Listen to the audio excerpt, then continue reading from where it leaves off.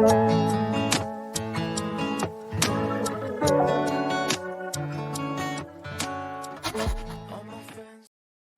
Friends, চলে এসেছি নতুন একটা ব্লগ নিয়ে।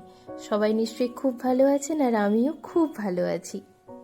আজকে মহাশিবরাত্রি, হিন্দু ধর্মের মানুষের কাছে অন্তত পবিত্র একটি দিন মহাশিবরাত্রি। মহাদেব শঙ্করের জন্য নিবেদিত একটি দিন। পুরাণ অনুসারে এই দিন শিব ঠাকুরের আরাধনা করলে জীবনে সুখ এবং সৌভাগ্য ফিরে আসে। বাবা ভোলানাথ স্মরণ করে এই দিন প্রত্যেক শিব মন্দিরে ধুমধাম করে পুজোর আয়োজন করা হয়। তো আমি কিভাবে শিব চতুর্দশী পুজো করলাম সেটা দেখতে পাবে এই ভিডিওতে।